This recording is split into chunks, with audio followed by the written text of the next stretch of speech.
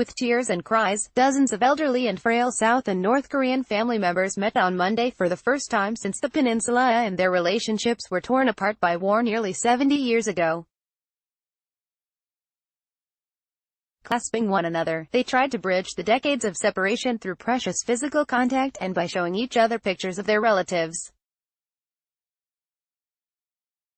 Many of the North Korean women were clad in traditional dresses, known as hanbok in the south and joseonata in the north, and all had the ubiquitous badges of the North's founder Kim Il-sung or his son and successor Kim Jong-il, while the Southerners wore their best suits. Red also, Bale earns praise after starring role in Real Madrid when as soon as 99-year-old South Korean Han Shin-ya approached their table, her two daughters, aged 69 and 72, bowed their heads deeply towards her and burst into tears. Han also broke down, rubbing her cheeks against theirs and holding their hands tightly.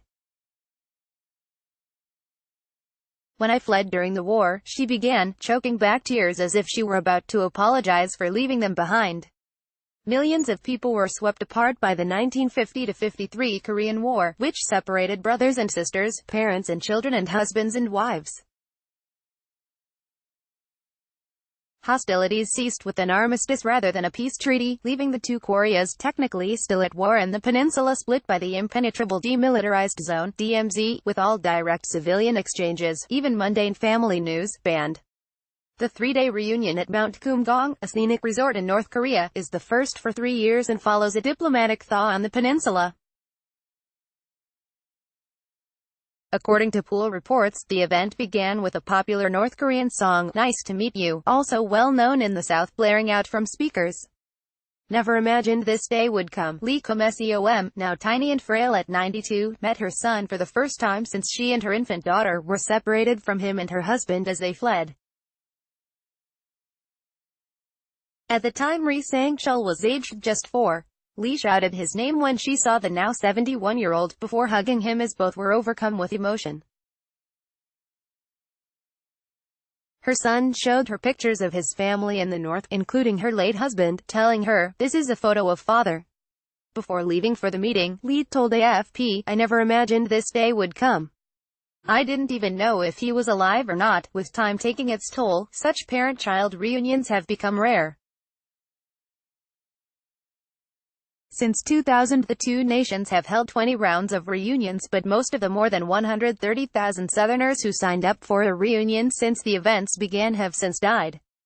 More than half the survivors are over 80, with this year's oldest participant Baek Sung-kyu aged 101.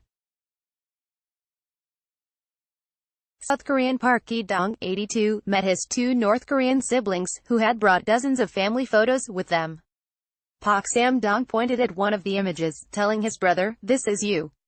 The older man stared at the picture silently, deep in thought, while his North Korean sister quietly wiped tears from her eyes. Bittersweet, the reunions are resuming after a 3-year hiatus as the North accelerated its pursuit of nuclear weapons and ballistic missiles and relations worsened. But after a rapid diplomatic thaw, the North's leader Kim Jong-un and the South's President Moon Jae-in agreed to restart them at their first summit in April in the DMZ. The two Koreas have since discussed cooperation in various fields at meetings between officials. But while Kim and U.S. President Donald Trump held a landmark summit in Singapore in June, Pyongyang has yet to make clear what concessions it is willing to make on its nuclear arsenal, while Washington is looking to maintain sanctions pressure on it. Families at previous reunions have often found it a bittersweet experience, with some complaining about the short time they were allowed together and others lamenting the ideological gaps between them after decades apart. Some of those selected for this year's reunions dropped out after learning that their parents or siblings had died and they could only meet more distant relatives whom they had never seen before. Over the next 3 days, the 89 families will spend only about 11 hours together, mostly under the watchful eyes of North Korean agents.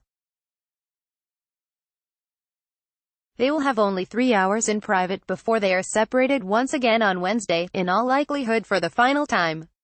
Visited 443 times, one visits today.